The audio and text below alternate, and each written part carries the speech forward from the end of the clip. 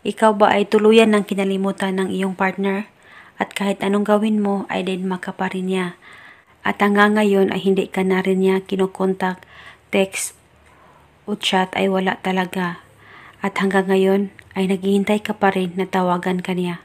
Gusto mo ba na ikaw ay isipin at maisipan niyang ikaw ay tawagan? At gusto mo na siya hindi mapapakali sa kakaisip sa'yo? At ikaw lang ang laman ng kanyang isip? At nang sa ganon ay ikaw ay kanyang tawagan, i-text o i-chat man lang.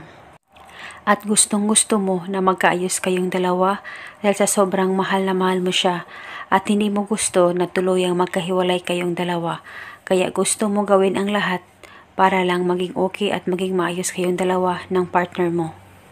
At ngayon, may ituturo ako sa inyo na isang simpleng ritual at ito'y napaka-epektibo lalong-lalo na kung buo ang tiwala mo sa paggawa nito.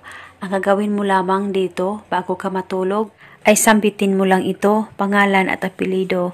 Ikaw ay hindi makakatulog sa kakaisip sa akin. 11 times nyo itong sambitin mga kabuenas. Dapat ikaw ay nakafocus at nakakonsentrate sa paggawa nito. Tiyak siya ay hindi makakatulog sa kakaisip sa'yo at maisipan kanyang tawagan, i-text o i-chat. Basta palagi pong magdasal at hilingin ito ng buong puso. Tiyak maging okay at maging maayos kayong dalawa ng iyong partner. At gawin itong ritual sa kahit na anong araw at gawin ito bago ka matulog. At pwede itong gawin hanggang kailan mo gusto at gawin ito araw-araw. At kung may katanungan po kayo, mag-comment lang po kayo sa baba. At eto muna sa ngayon, maraming salamat po sa panunood.